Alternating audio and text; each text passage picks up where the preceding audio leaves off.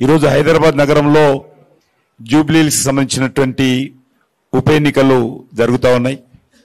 ఎవరు కోరుకోనటువంటి ఎన్నికలు. ఈ ఎన్నికల్లో 3 ప్రధానంగా రాజకీయ పార్టీలు పోటీ పడుతున్న విషయం మనకందరికీ తెలుసు. భారతీయ జనతా పార్టీ సంబంధించినంత వరకు జూబ్లీహిల్స్లో మేము ఎప్పుడు కూడా బీజేపీ తరఫున ఎన్నిక కాలేదు. స్వాతంత్రం వచ్చినప్పటి నుంచి ఇప్పటి వరకు ఎమ్మెల్యేగా జూబ్లీహిల్స్ నుంచి మేము విజయం సాధించలేదు. ముఖ్యంగా గత శాసనసభ ఎన్నికల్లో మా పార్టీ తరఫున పోటీ చేయడం జరిగింది. కానీ ఆ రోజు 2 ప్రధాన పార్టీల మధ్యలో అక్కడ ఒకటి కాంగ్రెస్ పార్టీ అజారుద్దీన్ కానీ, బీఆర్ఎస్ తరఫున స్వర్గీయ గోపీనాథ్ గారు కానీ. కాబట్టి అక్కడ 3rd ప్లేస్లో మేము రావడం జరిగింది. అదే ఎంపీ ఎలక్షన్స్ వచ్చేసరికి ప్రధాన పోటీ కాంగ్రెస్ బీజేపీ మధ్యలో ఉండింది. బీఆర్ఎస్ పార్టీ 3rd ప్లేస్లో రావడం జరిగింది. కానీ ఇప్పుడు జరుగుతున్నటువంటి ఎన్నికలు ట్రయాంగిల్లో ఉన్నాయి. నేను గత అనేక రోజులుగా కాన్స్టిట్యున్సీలో డోర్ టు డోర్ క్యాంపెయిన్ కానీ, చిన్న చిన్న గ్రూప్ మీటింగ్లు కానీ నేను పాల్గొంటున్నాను. ఓటర్స్లలో ఎక్కడ కూడా స్పష్టత ఇంకా వారికి రాలేదు. ఏవైతే సర్వేలు నిర్వహిస్తున్నారో ఆ సర్వేలు నమ్మకమైనటువంటి సంస్థలు ఏవి కూడా నిర్వహించలేదు. నేను సర్వేలన్నీ కొట్టివేయను, కానీ నమ్మకమైనటువంటి సంస్థలు ఏవి కూడా నిర్వహించలేదు. కాబట్టి నేను ఆ సర్వేలను విశ్వసించడం లేదు. జూబ్లీహిల్స్కి సంబంధించి ఈ ఉప ఎన్నిక మరి ఆ కాన్స్టిట్యున్సీకి సంబంధించి చాలా ప్రాధాన్యత ఉన్నది. స్వాతంత్రం వచ్చినప్పటి నుంచి అనేక సంవత్సరాల పాటు కాంగ్రెస్ పార్టీ జూబ్లీహిల్స్లో ప్రాతినిధ్యం వహించింది. 2014 నుంచి ఆ తర్వాత బీఆర్ఎస్ పార్టీ కంటిన్యూగా ఈ 11 సంవత్సరాలు అక్కడ నుంచి ఎమ్మెల్యేగా ఉన్నారు. కార్పొరేటర్స్ కూడా ఉన్నారు. కానీ ఈరోజు చాలామంది, కొంతమంది ముఖ్యమైనటువంటి వ్యక్తులు, మీడియా జూబ్లీహిల్స్ గల్లీలో తిరుగుతున్నప్పుడు మరి ఆ యొక్క డెవలప్మెంట్లో జరిగినటువంటి నిర్లక్ష్యాన్ని చూసి ప్రజలు, ముఖ్యమైనటువంటి వ్యక్తులందరూ కూడా ఆశ్చర్యపోతున్నటువంటి పరిస్థితి ఉన్నది. అనేక బస్తీలు 365 రోజులు ఓవర్ఫ్లో అవుతున్న విషయం. రోడ్లు భయంకరమైనటువంటి పరిస్థితి.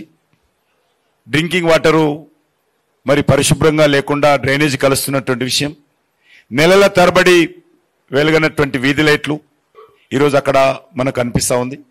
ముఖ్యంగా బోడబండ కానీ, రేమత్ నగర్ కానీ, కొంతపాటు ఎర్రగడ్డ కానీ, యూసుఫ్ గూడ కానీ, షేక్పేట్ కానీ, ఈ ఏరియాస్లలో చాలా ఒక గ్రామ పంచాయతీలో ఉండేటువంటి డెవలప్మెంట్ కూడా అక్కడ లేదు. ఒక మండల హెడ్ క్వార్టర్లో ఉండేటువంటి డెవలప్మెంట్ కూడా మరి ఇది ఈ యొక్క భాగ్యనగరంలో లేదనే విషయాన్ని సందర్భంగా మనం చేస్తున్నాను. ఇది ఇంటర్నేషనల్ సిటీ అయింది. ఇస్తాంబుల్ అన్నారు, సింగపూర్ సిటీ అన్నారు, న్యూయార్క్, వాషింగ్టన్ DC అన్నారు. మరి పరిస్థితి ఏ రకంగా ఉందో మనం అర్థం చేసుకోవచ్చు. ఒక హైటెక్ సిటీ మీద రోడ్లేసి, రోడ్ల మీద రంగులేసి, కొన్ని ఫ్లైఓవర్ కట్టినంత మాత్రాన ఇది ఇంటర్నేషనల్ సిటీ కాదు. ఈరోజు ఓల్డ్ సిటీ ఏ రకంగా ఉంది, గౌల్గూడ ఏ రకంగా ఉంది, మలక్పేట ఏ రకంగా ఉంది, అంబర్పేట, మషీరాబాదు, సికింద్రాబాదు, సనత్ నగరు, బోడబండ, ఇవన్నీ కూడా మెయిన్ రోడ్లు ఒకటే కాదు డెవలప్మెంట్కు. మెయిన్ రోడ్లు దిగితే బస్తీలలో చాలా సమస్యలు ఉన్నాయి. గతంలో నేను మొదటిసారి శాసనసభకు ఎన్నికైనప్పుడు ఈ GHMCలో మిగులు బడ్జెట్ ఉండేది.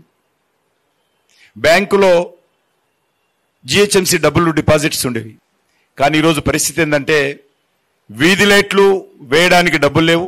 భారతీయ జనతా పార్టీ కార్పొరేటర్స్, మా పార్టీ నాయకులు పెద్ద ఎత్తున ఆందోళన చేస్తే 2-3 సార్లు ఒక్కొక్క కార్పొరేటర్ పిలిచి మీకు 50 లైట్లు ఇస్తాము, మరి ఎక్కడ ఏమంటారో చెప్పండి అనేటువంటి పరిస్థితి హైదరాబాద్లో ఉంది.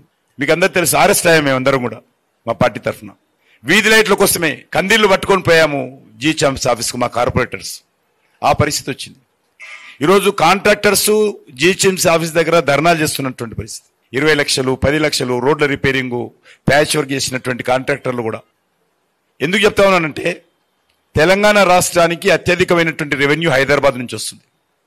హైదరాబాద్లో ఉండేటువంటి ప్రజలకు 2 ప్రధానమైనటువంటి సంస్థలు సివిక్ ప్రాబ్లమ్స్. ఒకటి GHMC నిర్వహిస్తుంది, 2 హైదరాబాద్ మెట్రో వాటర్ నిర్వహిస్తుంది. కానీ ఈరోజు ఆ 2 సంస్థలు కూడా నిధుల కొరతతో తమ బాధ్యతలు నిర్వర్తించలేనటువంటి పరిస్థితుల్లో ఈరోజు 2 సంస్థలు ఉన్నాయి. హైదరాబాద్ సిటీకి అగ్రికల్చర్ లేదు, కోఆపరేటివ్ లేదు, ట్రైబల్ లేదు, అనేక విభాగాలు హైదరాబాద్లో లేవు. ఆర్ఎన్బి కానీ ఇతరత్ర ఏవీ లేవు.